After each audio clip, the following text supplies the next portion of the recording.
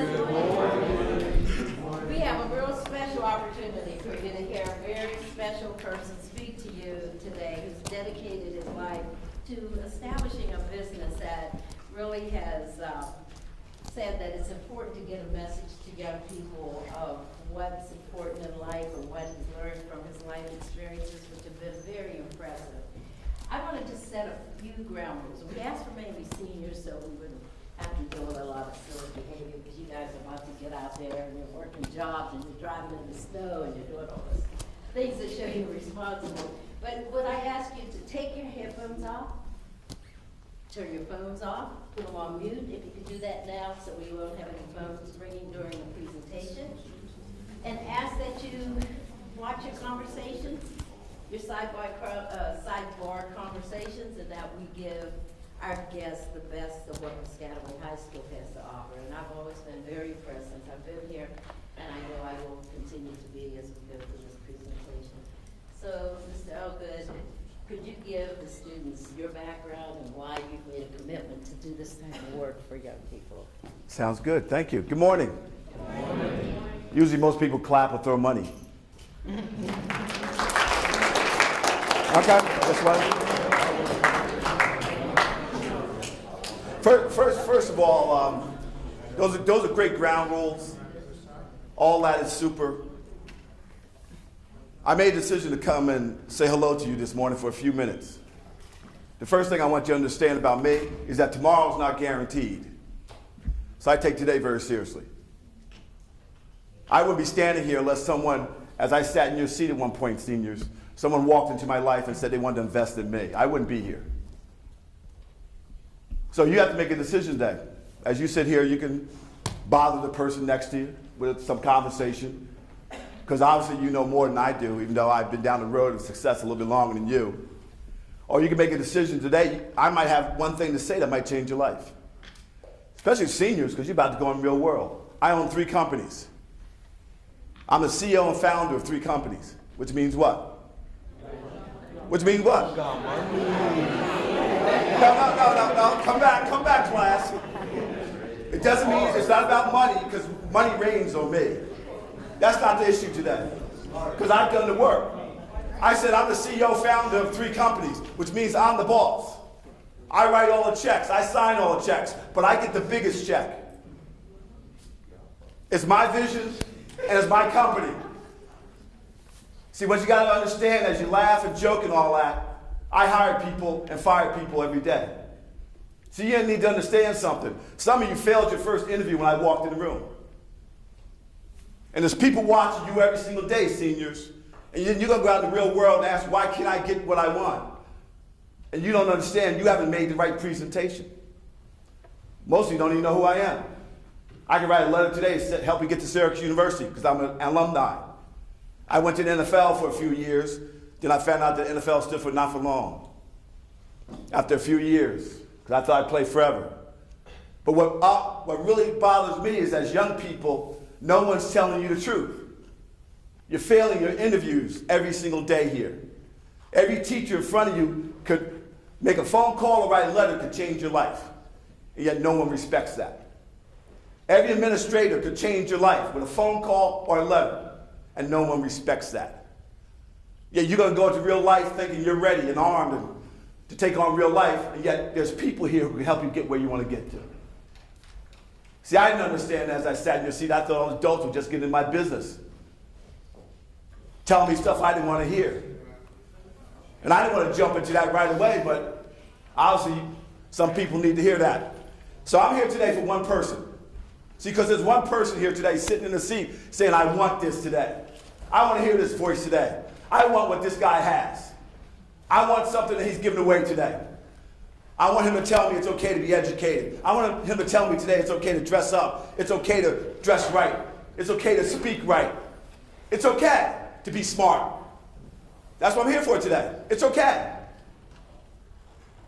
And also it's going to help you get down the road of success. But before I get any more serious on you today, I'm coming here a month from now to run a basketball game for American Cancer. My mother is a survivor of cancer, so it's personal for me.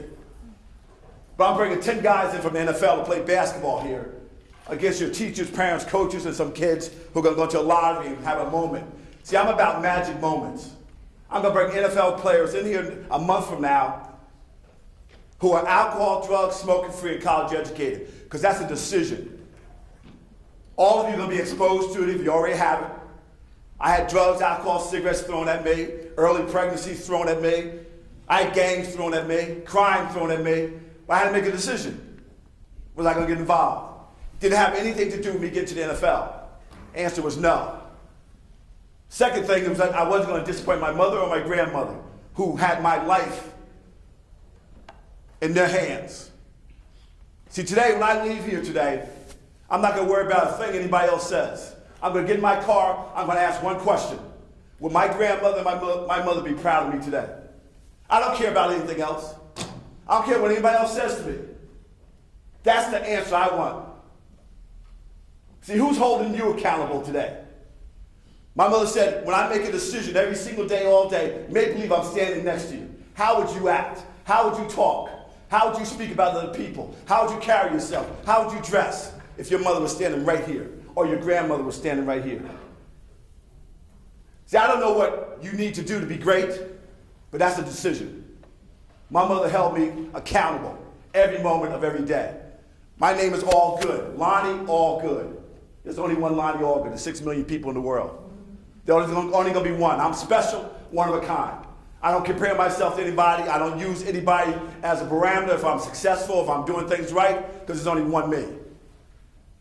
Then how come we don't carry ourselves as special people every single day? There's only one you. Most of you seniors, you're about to go in real life, real world, and yet you still don't look in the mirror and say, I'm who I am and how great I am. But I'm going back to the basketball game. It's fun. It's going to be a great time. We're raising money for a great cause. But I'm bringing players in who want to be role models for young people like yourself, who have made a decision not to be on the back pages of the New York Post and Daily News. That's a decision. College educated, decision. I'm not here today because of football. That was a slice of my life. It was nice. But I found out one day when the Buffalo Bills kicked me out of the locker room, told me I was done after 3 knee operations, 50 broken bones, 12 concussions, that I remember that I was worthless. And then my mother had to tell me and remind me of something. When I walked out the door, did they take Syracuse away? No. Did they take Red Bank Regional High School away? No. Did they take Raleigh, North Carolina Middle School away? No. See, I'm here today because of this. Had nothing to do with sports. It was a nice slice, NFL, being on Sundays, traveling around the world, having millions of people watching you, know who you are, treating you like a celebrity. But when they kicked me out of the locker room, all that went to zero. No one gave a hoot. You're an ex-player. You used to be. All this stuff. Instead of realizing how high I got at one point at that mountaintop. When I walk into an interview today for any company or any business, they talk 5 minutes about football, Super Bowl, this and that, locker room, players. And then they get to the real question. What else do you bring to the table? The interview's over, the conversation's over, the business meeting's over if I don't have anything to say after that moment. And the only reason I have something to say is enough people got in my life when I sat in your seat. Enough people told me the right things to do when I sat in your seat. I listened to enough of the right people when I sat in your seat. Because now I have something to say to people. So a month from now, we're going to have a lot of fun. Hopefully you'll come. Hopefully you'll enjoy. We're going to talk to every principal, every kid in your district. We've already talked to towns of Franklin, Edison, Hillsborough, Bound Brook. Everybody knows events happening here on March 22nd. I hope you come out and be part of it. Help raise money for the right causes. This is your community, your event. But if you're too busy, I understand. But anybody into sports, you have a chance to meet some great athletes. So that's the thing about what we do, what Dreams for Kids. I have a nonprofit called Dreams for Kids. All I do is raise money and help kids chase their dreams. I build playgrounds all over the state of New Jersey. In the shore, we're building playgrounds named after every kid that was killed in Newtown. Everybody remember Newtown? December 14th last year? A year ago from last year? 1 year ago, 26 kids were killed. We're building playgrounds, and we're naming every playground after each kid. They're called angel playgrounds. Because there's kids along the shore, like Union Beach, there's towns that are still destroyed. They're not been rebuilt yet. There's kids still out of school a year and a half later. There's people that don't have homes a year and a half later. So I'm going in with NFL players and we're rebuilding the houses, rebuilding the homes, building playgrounds, giving them hope. Those are the kind of things that Dreams for Kids is all about and what I'm all about. My mother told me I was blessed to play football, to go to college. I've been blessed. It's time for me to go bless somebody else. Your principal asked me this morning, she said, thanks for coming. I said, no, don't thank me. My mother told me that if I want a blessing, be a blessing. Everybody hear me good? Is the mic on? Everybody got this? Because I'm all here for one person. If everybody left the room, if everybody wants to talk and do your thing, go ahead. But I know there's one person today that needs to hear my voice. That's what I'm here for today. Because I used to be that kid, sitting in one of these chairs, hoping for a chop. And when I get to that chair, I usually have 3 or 4 chairs up here to talk about my life. I went to the Dominican Republic a couple of weeks ago. Any Dominicans here? Besides me? Any Dominicans? No? Nobody wants to admit they're from? Nobody wants to admit they're from the Dominican Republic? Okay. Well, a couple weeks ago I left and I was American, African American. I came back Dominican. But I'm going to talk about that in a little bit. Because I'll never be the same because of that cheer. But I believe there's cheers in life. Because I didn't start here with a football player. I didn't start here as an NFL player. I didn't start here as a guy with 3 companies. I didn't start here with Dreams for Kids and giving back to the community. Because my mother told me I should pay things forward. I didn't roll out of bed one day and all this happened. I sat in your seat at one point. And I listened to the people in my life. But it all started back in North Carolina on a farm in Raleigh, North Carolina with 9 kids, 9 brothers and sisters. But it gets worse. I had 6 sisters. Or it gets worse. We had a 2-bedroom house. And my parents had the nerve to want their own room. That's how we got the 9 kids. I found out later.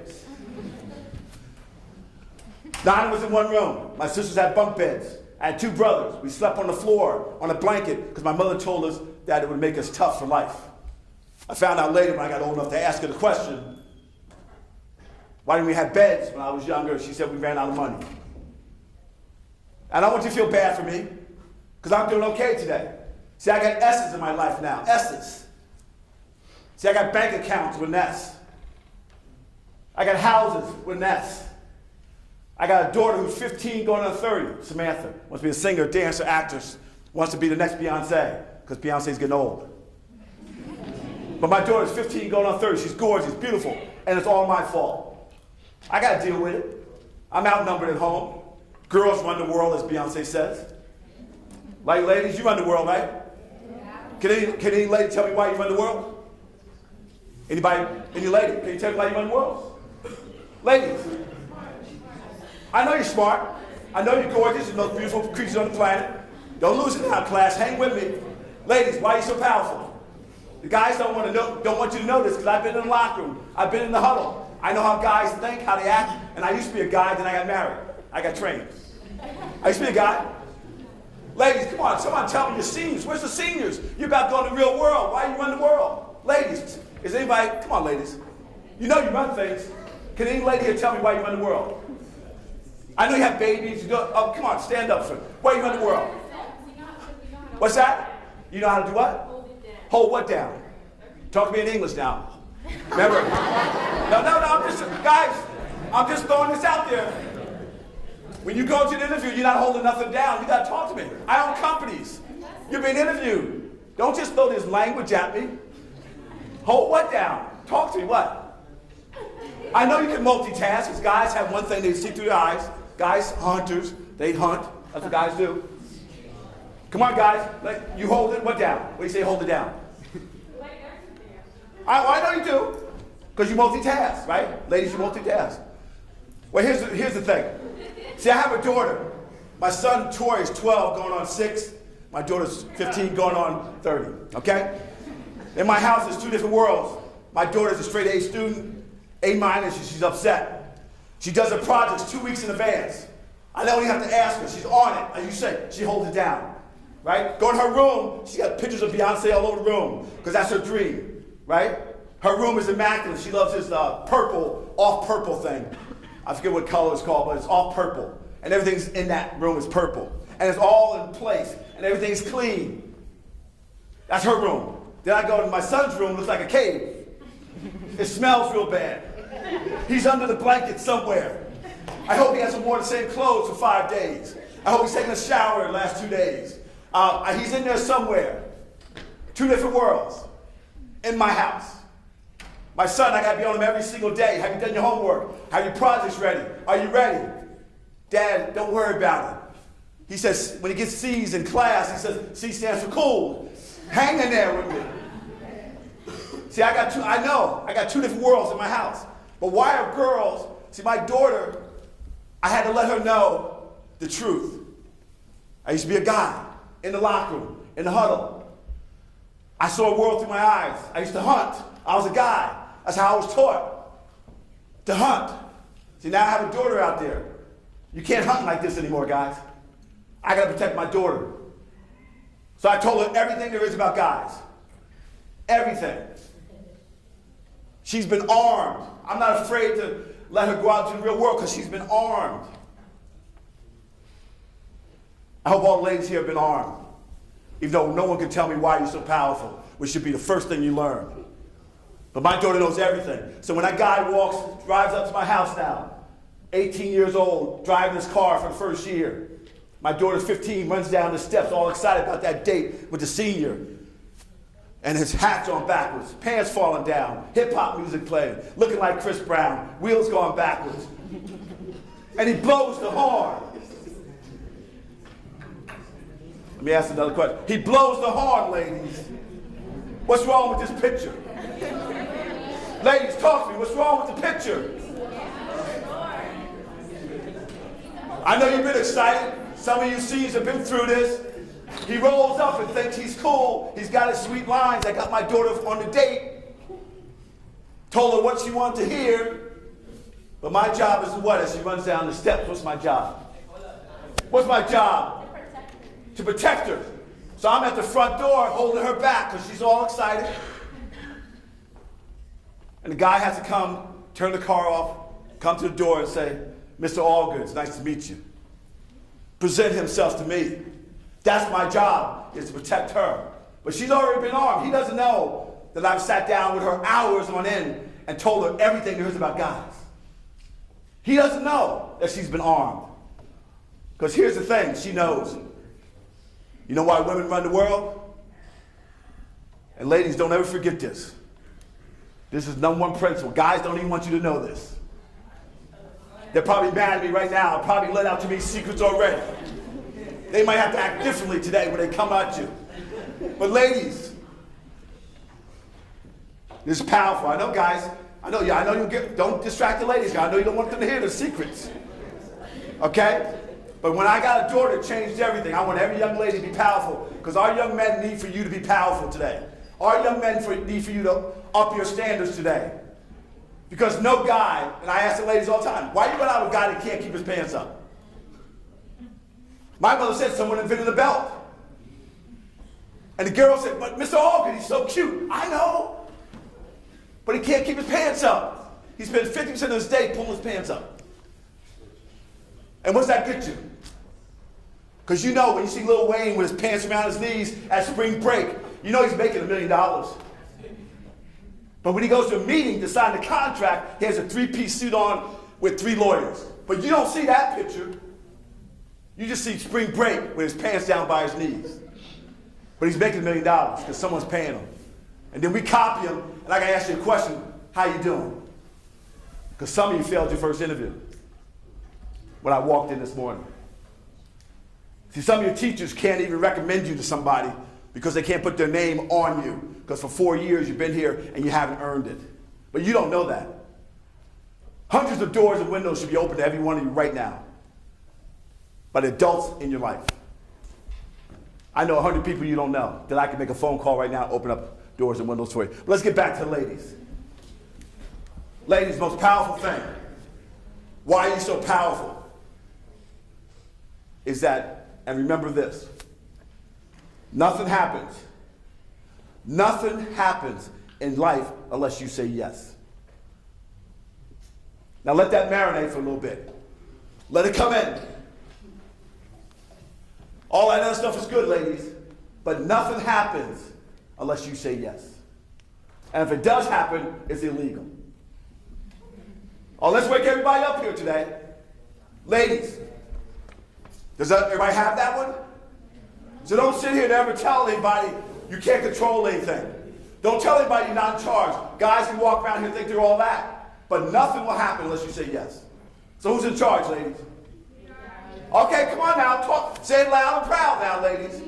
You're in charge. The guys walk around, they think they're kings and born kings, and haven't earned the throne yet. Which is why I need the ladies to grab that principle I just gave you. Because my daughter's up here. In maturity, most guys are down here. And what most ladies do is what? What do you ladies do? Come on now. Come on now. Come on, ladies. You know what you do. Come on. See, here's the thing. I told my daughter, there will be a guy that'll do this. There will be a guy. You just got to be patient. My mother gave me a box of patience and a smile. She said, "I'll give me in any door I want."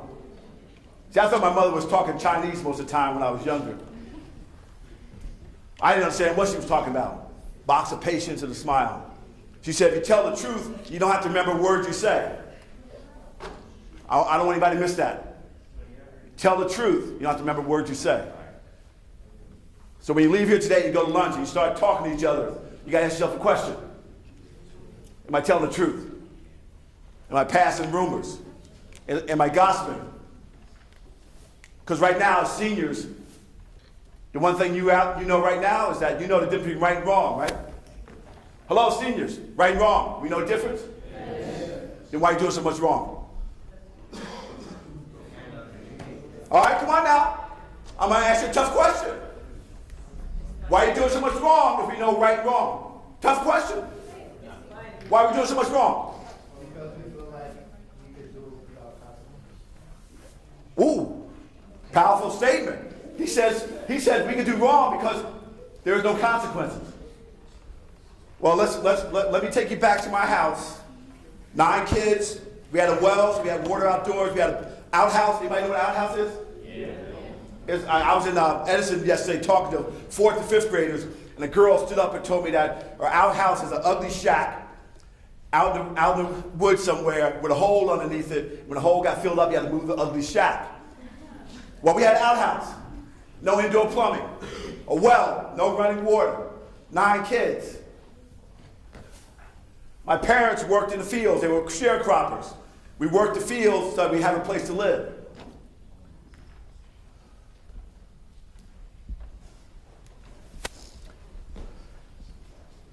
See, the reason I want to tell you that is because I was talking about the S's earlier, with bank accounts with an S, houses with an S. I got kids with an S. I started talking to kids. I got success with an S. I got happiness with an S. I got options with an S. See, I have S's in my life. The only person that doesn't want an S is my wife. She doesn't like S. That's a joke. You're supposed to catch that, ladies. My wife doesn't want any S's, okay? But the key thing here is that your goal in life is to have S's. Well, see, I didn't know as I sat in your seat that was the purpose. It was about where I was going, not where I've been. See, I was poor, but the one thing my mother said was, the integrity of my name. Don't ruin my name. I worked too hard for my name. I didn't understand. I was too young to really appreciate that. I didn't understand what she was talking about. Now I do. I got to live up to the name every single day. All good. She's watching every single day. She's got people watching every single day, keeping me on point. Every day I ran to school with my football after I got out of that room with my 6 sisters that survived that night. My teachers would take my football away every day, and I would say, I'm going to the NFL. I'm going to play for the Dallas Cowboys. That was my dream team. I wanted to wear the star. I wanted to wear the helmet. Halloween, I would dress up as a cowboy. I would have pictures of the Cowboys wherever I went. I still have a picture because my mother told me, if you don't want to get lost on your journey, have a picture of where you're going. So you go to my daughter's room, there's pictures of Beyonce because that's where she's going. In my son's room, he wants to be the next LeBron James, Kobe Bryant, Michael Jordan, Kevin Durant. So there's pictures all over the place. Because every day I got home from school, my mother would ask me 2 questions. How are you doing at school? Need help with anything? Second question she would ask is, what do you do today to get closer to your dreams? 2 questions every single day. Now, when my kids get home, I ask them the same 2 questions. It worked for me, it'll work for them. So you said, are you being held accountable for your bad behavior or bad mistakes? See, what's going to happen, you got to realize as seniors, you're going to real life now. You might have get away with it in this building. When you go out there and you make a mistake, it's going to cost you time, money, and relationships. And maybe even worse if you make a really bad mistake. You may have a room someplace you don't want to be with Bubba, who's 350 pounds, that doesn't like you. That's a serious mistake. Well, you need to understand there is a consequence. My mother taught me there's a consequence, positive or negative, for everything you do. Every time you say a word to somebody, every time you think about something, every time you act a certain way, the way you dress, the way you talk, the way you treat other people, there is a consequence. Even if you don't feel it right now, someone has already said, I'm not going to help this young man because I don't like his behavior. You don't even know that that's a consequence yet. Until you go to him and someone said, write me a letter to get me to college, write me a letter to get to the military, make a phone call to give me a job, and that person says, I can't help you. Because you haven't been right for the last 4 years. But you don't even know that yet. But see, you now know it today. So when you leave here today, like I said, tomorrow's not guaranteed as far as I'm concerned. I don't leave anything uncovered. I'm here to tell you the truth. Because I don't believe anybody's telling you the truth enough. No one's holding you accountable. For that young man to tell me he does bad things or gets away with bad behavior because there's no consequences. See, at a young age, I got consequences. I came home in the 6th grade. My mother had a rule in the house. For me to play football, I had to have B's in every subject. I came home with 2 C's. Came home for practice, didn't realize it. Thought I was doing great in school. Missed a couple of assignments, did something wrong. I walked in the house, my mother said, go in the back, break off the biggest switch you can. See, I'm from North Carolina, South. I knew the rules. I knew there was a consequence. When I did good in school, my mother hugged me, kissed me, told me she loved me. When I messed up, my butt was going to hurt for a couple weeks. See, when we talk about consequence, my mother helped me. I knew what consequences was. When 9 kids running around, someone was always messing up, doing something stupid. And there was a consequence. My grandmother would pinch me behind the ear, grab my ears when I said the wrong thing, spoke out of turn, didn't listen. She told me when someone spoke, I was supposed to give them my full attention. And you know that's not going on today.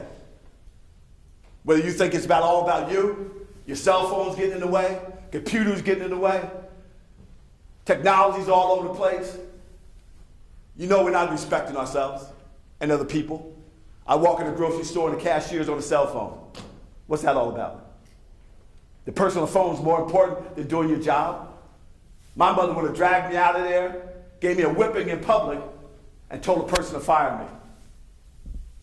Because is it right for you to be on a cell phone once you punch in and go to work? Hello? Come on, somebody talk to me. Is it right? No. So we're doing wrong. And you guys, you know what's going on right now. And it shocks me that no management says anything to anybody. Where's the parents? Where's all the adults in the room? How come someone's not holding you accountable? And that's a great answer. Why isn't anybody holding you accountable? Because at some point, you got to hold yourself accountable, or you're going to make a lot of mistakes. It's going to cost you time, money, relationships. So I got my whipping from having bad grades. From my brothers and sisters, which is the worst part because they're laughing at you. That's what brothers and sisters do.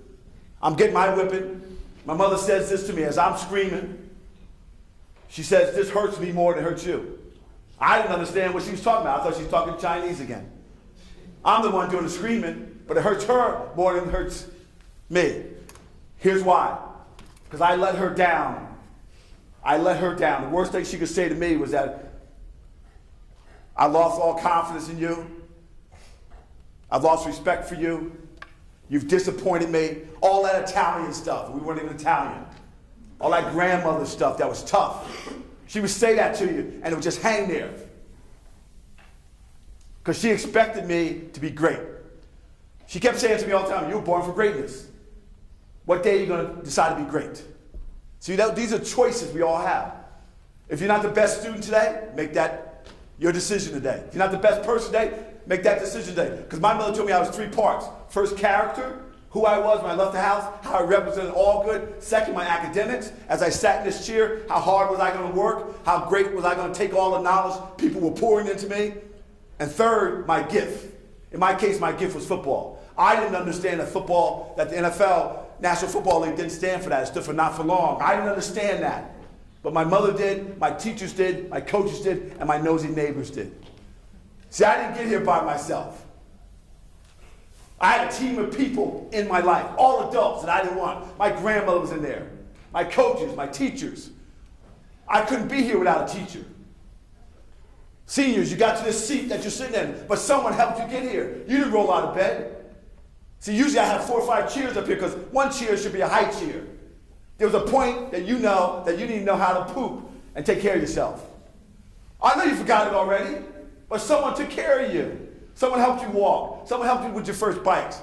You got to realize you're going from a chair to a different chair, and someone helped you. Yeah, we don't say thank you. My mother said there's 4 phrases that could change the rest of your life. May I, which is a southern term, but they're all about respect. I'm sorry.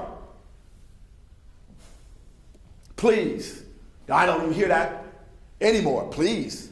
And the big one is thank you. How many people should you be saying thank you to today? Your teachers, your coaches, your neighbors. Going home and thanking your parents. I know they're adults and you don't want to be all that. I got kids. I'm just bad dad. Forget football. Forget celebrities. Forget where I take my kids around the world. I'm just dad with bad rules now. And all I'm trying to do is keep my kids safe. Because I know more than they do. As you sit here today, you only know what you know. I don't care if you think you know more, but you only know what you know. And every adult will tell you how much they know that they can give to you. So my mother gave me the whipping, and I thought I was done. And she said, obviously football's getting in the way of your school. Talk about consequences. She said, my team was undefeated. We had just won a state championship in North Carolina. I was the best wide receiver kick returner on the team. And my mother said, there's no more football for 1 year. We were 7-0, undefeated, on our way to another state championship. And my mother said, there is no football. And when she spoke, it was like E.F. Hutton. It was law. There was no discussion. She didn't sit across from me and say, what do you think? What's your opinion on this? She said, there is no more football. Done. She went to school the next week and sat down with all my teachers. And I'm mad at everybody. I'm doing extra chores around, feeding the hogs and the pigs and taking care of the chickens and moving the outhouse and digging holes and doing whatever, because maybe my mother might forget with 9 kids running around. But she went to school the next week and sat down with all my teachers and said, Lonnie no longer plays football. You have him every day after school. He can have homework every night. Permission to my teachers. And they said, yes, we'll take care of it, Mr. Algood. Then she went to football practice because I couldn't tell my friends at lunch that I was too dumb to be there anymore. I couldn't tell my mother said no more football. I sat at lunch like everything was fine. Because I couldn't be honest with them. So she went to football practice because I couldn't go anymore. Told my friends, my coaches, your best player is no longer going to be here for 1 year. He's too dumb to be here. He knew what the rules were and the consequences were. Took football away. Then she went to my nosy neighbors. I don't know if anybody got nosy neighbors in your neighborhood, but we used to have Miss Wilson. She'd sit on the second floor window, know everybody's business. But I didn't understand that she was there to help protect me. Watch for my parents when they weren't around, when they're working 2 jobs, trying to help me get through. I didn't understand that everybody was working together for me to be successful. I just thought they were all adults in my business. But at some point, I couldn't be mad at everybody forever because at some point I had to look in the mirror and ask myself one question. Whose fault was it? Come on, class. Whose fault was it? So as you sit here now, in your seat, don't worry about who's on the left or right. You have to ask yourself, at some point, whose fault is it that I'm in the situation I'm in today? I don't know your situations. But here's one thing I do know. I would trade seats with anybody here today. I would trade seats with anybody here today. And I got some stuff. I got essence all over the place. Why would I trade seats with anybody in the room? I mean, I don't care if you live in a cardboard box in the backyard, eat dog food, I will still trade seats with you right now. Why would I do that? Why would I do that? You know how to change. I know how to change. Anything else?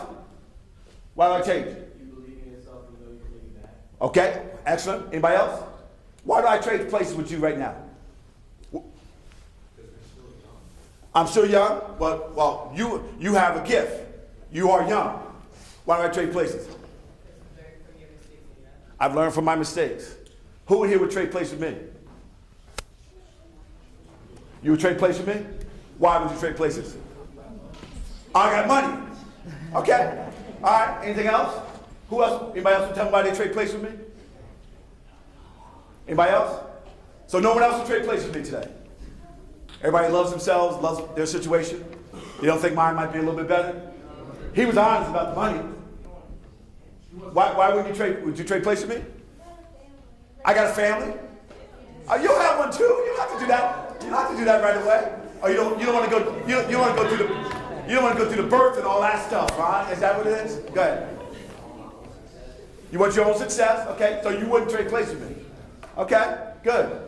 But why would I trade places with you? He said, for one thing is youth. See, I know my days are numbered. I wish I could be young again. Why? What's that? Ladies first. Good job. Go ahead. I could do what? I could do better than I already did. Okay. Anybody else? Opportunities. Okay.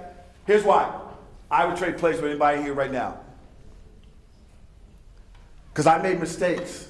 And I lost time, money, and relationships. Because I didn't listen to everybody as much as I could have. At some point, I thought I knew it all. And here's what I also know. I know that I wasn't the best student. I wasn't the best son. I wasn't the best athlete. I wasn't the best friend, some of my friends growing up. I know I could have worked harder in the classroom. I could have gave back more to my community. See, I know I wasn't the best. Regardless of how I am today, I know I wasn't the best. I would trade places, but I would only do it if I could bring back what I know today. See, I don't want to sit in your seat and not know. If I could come back with what I know, I'm sure every adult will tell you how great they could be. We might be great today, but our greatness could be unbelievable. And that's what we're here for today. That's what every teacher's here for today. Every administrator. We're trying to get it to you early. My son is 12. My daughter's 15. Get it to them early so that hopefully they can be great forever. Not make mistakes and at 30 the light bulb goes off and you wasted 15 years. So I hope today after you leave here, you're going to say, I'm not the best student. I'm not the best person. I'm not giving back to the community. I'm not chasing my dreams like I should. I'm not the best athlete. And go to a person that you trust. Tell them that and ask them one question. Will you help me become great? Will you invest in me? I want it. See, the only problem with my son, he wants to be next to LeBron James. Saturday morning, 10 o'clock, he's still in bed. See, he's not hungry enough. See, I was hungry to get off the farm, get away from the outhouse, get away from that well, get away from the pigs and the hogs and the chickens. I was hungry. Nothing was going to stop me. I don't see the hunger in my son. I've done things too well for him. I provided too much. He's not hungry. Because when I shake him at 10 o'clock, I said, do you realize there's a kid in Texas who's already taken 500 shots? There's a kid in Brazil who's already ran 10 miles. There's a kid in South Africa who's already grabbed 500 rebounds. And you're still in bed on Saturday morning at 10 o'clock. But yeah, you're going to be next LeBron James. Next Michael Jordan. Next Kobe Bryant. Next Kevin Durant. See, everything's about options and doing the work that it takes. So 1 year later, my mother let me play football again. I made a decision that it was my fault and it would never happen again. 5 years later, I'm now a senior. We had moved up here to New Jersey. I went to a high school called Red Bank Regional. My team was state champions. We were one of the best teams in New Jersey. I happened to be a wide receiver, kick return on the team, all state. But I got a phone call into my class, and my guidance counselor had to see me. 5 years later, from that problem in the 7th grade, my guidance counselor calls me in, Miss Wilkinson. She sits me down in a chair, and she says, Lonnie, we have a problem. I'm trying to think what the problem is. Because my mother scared me. She said, if you don't get B's, there's no more football. If I play football for the next 5 years, I was so scared to get B's, she tricked me. Along with my teachers and my coaches and my nosy neighbors. She tricked me. I got all A's. High honors. She tricked me. How dare they? How dare the teachers come here every day prepared to trick you? How dare your parents provide for you and they trick you? How dare the neighbors watch you, make sure you don't get in trouble, and they trick you? So I'm sitting in the guy's office. Miss Wilkerson says, we have a problem. I said, what's that, Miss Wilkerson? She said, we have 103 colleges, Division 1, 2, and 3, West Point and Navy Academy, that want you. Let me try that again. We have 103 colleges, Division 1, 2, and 3, West Point and Navy Academy, which you have to be, a senator has to write a letter to get that. I didn't know, because I'm 17 years old. How do I know all this stuff? 100 colleges, 103, that want you. Now that didn't happen when I walked into your office. That didn't happen in the 7th grade. It happened over the last 5 years when I made a decision that no one was going to steal football away. Because I asked a person, when do you know what your dream is? And they said, when you can't take a breath without it. I don't know what your gift is. I don't know what you're chasing. I know my daughter can't take a breath without singing and dancing and acting. I know my son's trying to get there, that basketball's everything in his life, but he's not there yet because he's still in bed at 10 o'clock on a Saturday morning. But I couldn't take a breath without this. So I said, what's the problem, Miss Wilkerson? 103 colleges, West Point, Navy Academy. She says, you have another problem. They want to all give you a full scholarship. Anybody found out what the problem is yet? And I'm sitting back trying to figure out what the problem is, because now my mother likes me a little bit. I can have fried chicken, mashed potatoes, green beans anytime I want. She likes me. Full scholarship. Scholarship for academics. Had nothing to do with football. Again, I didn't understand. That's what she was there for, to educate me. I didn't understand, because if I got hurt in college, they couldn't take my scholarship away because it's about academics. I didn't realize how important class was. That I put my character, my leadership skills, my academics, and football together, that I was a package that any college in the country would want. I didn't understand. But all adults in my life, I call my dream team. All the teachers and parents and coaches, everybody in my life was part of my dream team. She said, your problem today, Mr. Algood, is that you can only pick one. That was my problem. And as I travel around, I ask kids the same question, who wants that problem? All the hands should be up. Because if you don't want the problem, your parents want you to have that problem. See, I didn't understand. Because I went home and told the news to my mother, she was so excited. Because all the investment of time and all the consequences that he's talked about, I had made enough of the right decisions. Listen, enough people put me in that position. I picked Syracuse University out of all the schools. I wanted to major in engineering. A lot of schools wanted me to go there and play football and take basket weaving. But I wanted to get an education. Because I had made a promise to my mother I would graduate in 4 years, go to college, graduate, and chase my dream of playing in the NFL. But I didn't know all this was being set up by all the people in my life. It wasn't about me. I didn't roll out of bed and just have this all happen. One last thing. Oh, do I still have time? I got a few minutes? Okay. I don't know if you've noticed, I've talked a lot about my mother, my grandmother, talked about the women in my life. I did have a dad. And for the next 30 seconds, I'm going to tell you about him. Because that's all he earns from me. And the reason I want to tell you about him is because the biggest problem I see in young people today is that we're carrying baggage. And I carried baggage a long time. And I was told a long time ago I can't catch a football or can't catch my blessings if I'm dragging baggage. You can't reach your potential and your greatness if you're dragging baggage. I had a father that he was an alcoholic, a working alcoholic. He worked every day. I've never seen my father sober. Don't know what it is. He drank all day, every day, 7 days a week. In my house, he would, when he drank, he got violent, cussed a lot, told me at one point he wished I was never born. Now, I want you to tell you that was 30 years ago, and I still remember the moment. So a lot of you may wonder, why are words so important? when you say something to somebody, it just sticks. I can still see my father putting his hands on my mother. I can still see my father putting his hands on me and knocking me down. And I had a different role model than my mother, because when my father knocked me down because he was mad at the world as a minority male in the South with no education, of course I didn't know this going through it, that he was taking it all out in the family. But when my father knocked me down and told me I was worthless, my mother would pick me up and tell me I was born for greatness. And I had to make a decision. Who am I going to follow in my house? I have two brothers who are in prison today from alcohol and drugs. They made a decision they're going to follow my father. I made a decision that my mother was going to be, and my grandmother was going to be my role model. Who you follow, who you look up to, is your decision. But there's consequences. A young man talked about consequences. I have two brothers that I have to drive my mother to prison and jail to see. And all they did was get involved with drugs and alcohol and led them down a bad road. They came from the same house, same mother, same grandmother, same rules, same whippings, same holding the consequences too.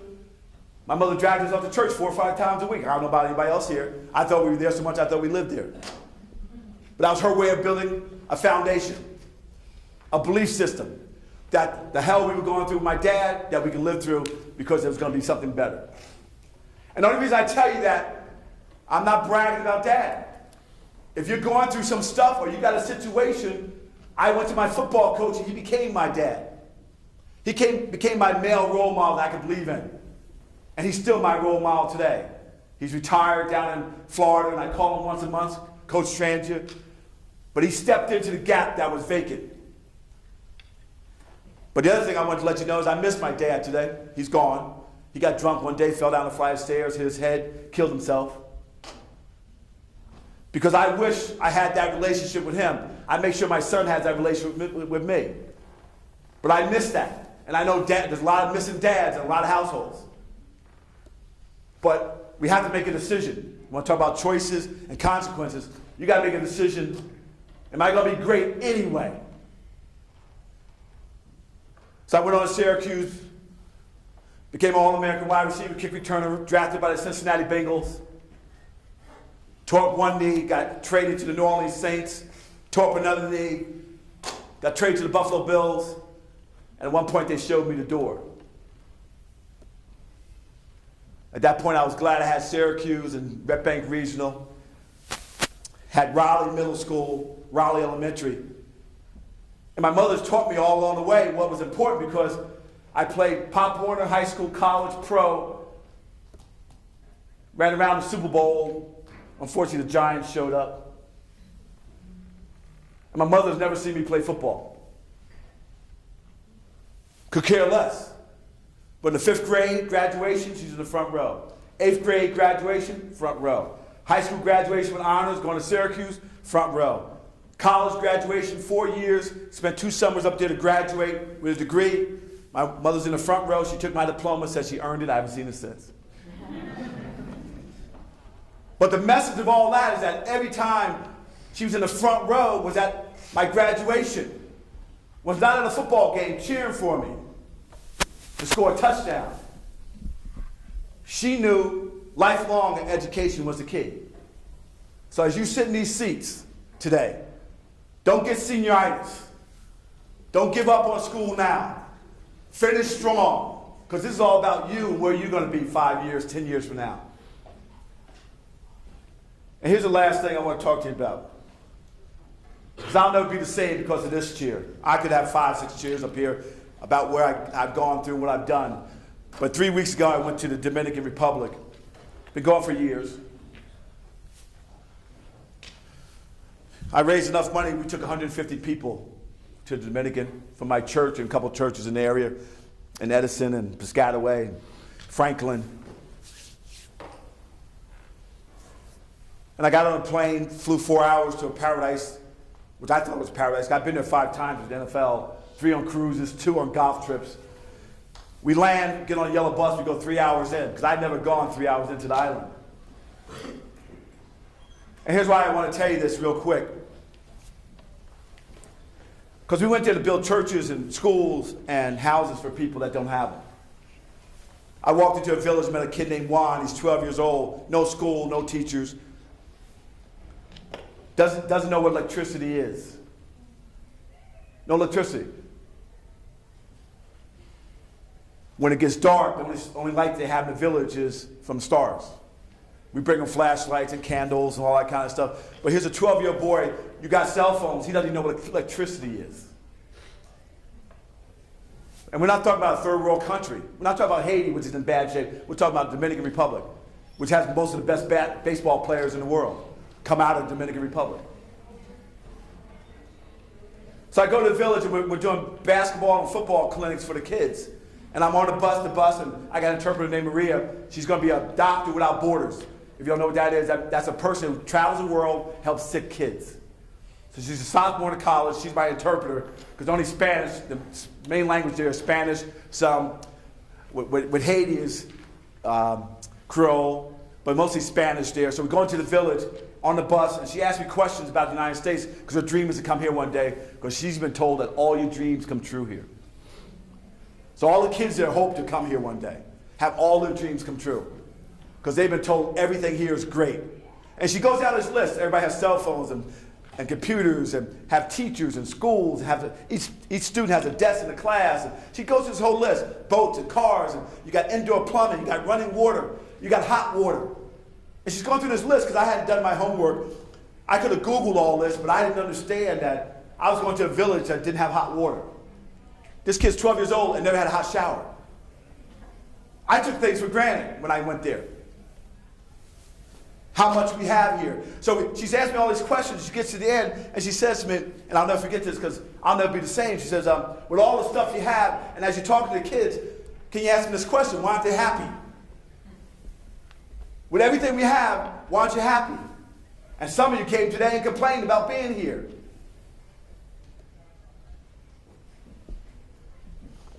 And this place can change your life, but you complain about the seats you're in today. You complain about being here. She asked me, why aren't you happy? We got smartphone 4, 5, whatever number we're up to. But yet you have people in tents for a week at an Apple store waiting for smartphone 6. But yet you wouldn't wait a week in a tent outside the school that could change your life. Consequences. He brought up an important word. Why don't we invest in us? Why don't we let people invest in us? But yet we'll do certain things. So she asked me, I thought I was happy. She put me in my place.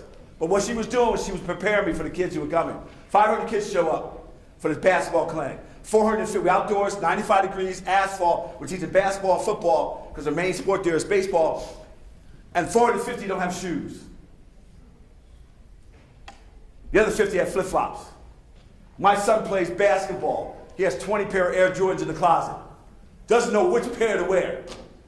And I went to a village where kids didn't have shoes. Because I asked Maria, I said, how are they going to play sports? How are we going to work them out? They're on asphalt. We don't have shoes.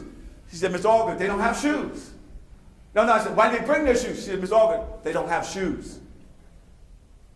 You want to talk about a wake-up call? Being slapped a little bit. When we get done with the 2 hours, we speak to the kids about how special they are, how much we love them, how we care about them, how they can chase their dreams no matter what their situation is. And then this kid Juan comes up to me in Spanish. Maria's interpreting. He's crying. And my mother told me, thank you was so important. This kid thanked me in Spanish for coming and making him feel special today. And that he was going to be a dentist one day. He said, tell the kids I'm not lazy. I'm coming to the United States. I'm not lazy because the dentist comes to my village once a year. I don't know about you guys. He said he had a toothache for 8 months last year. I don't know about you guys. When I get a toothache, I can't make it through the night. 8 months. He said, I'm coming to the United States. I'm going to be a dentist one day. Here's a kid who's never been to school, 12 years old, yet he's not lost his hope or his dream or his drive to be a dentist. And he said, tell the kids one thing for me, and I'm going to end on this. Because I'll never be the same because of what he said to me in Spanish as he's crying and he's saying thank you. Gracias, gracias, gracias all over again. He said, I would already be in the United States, but there's too many sharks. My mic working? I would already be in the United States, but there's too many sharks. See, the question you have to ask yourself today, Juan's waiting for your seat. He's dreaming about your seat right now. He's wishing for a school to be built. But he said, why build me a school if there's no teachers? He said to us, build, and I said, well, we can build you a house. He said, no, don't worry about the house. Build me a church. So I have a place to pray and hope that you'll come back and build me a house. We're going to talk about priorities. That blew me away. This 12-year-old boy taught me something at that moment. What was important? What order it should be important? But he said that to me, and I'll never be the same because right now, everyone here, you're in the greatest country in the world. Because I knew I was coming back, so I was okay.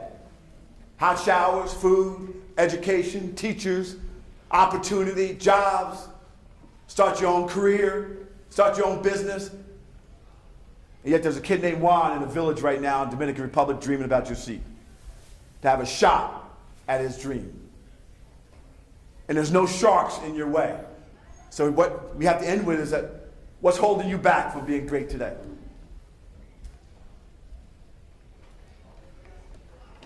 I hope today that someone will say thank you to somebody. Someone will take full advantage of this building. And I hope today that by me coming in and saying hello for a few minutes, that I've had an impact on someone. Because I can't wait to get in my car and ask myself the question and honor my mother and my grandmother today. I just want to thank you for giving me your attention today and your respect. Because I know you can't wait to get back to class and get all those A's. Does anybody have any questions for me? Everybody's good? I know I'm good, but you can beat me up a little bit, no? Everybody's good? No questions? And I want you to remember this. Just like the young ladies remember the fact how powerful they are, because they're in charge. There is no dumb question except for the one that's never asked. If I'm in a room with someone who knows more than me, I'm asking at least one question. But I just want to thank you guys. I know you have to go. Thank you for having me today. Thank you.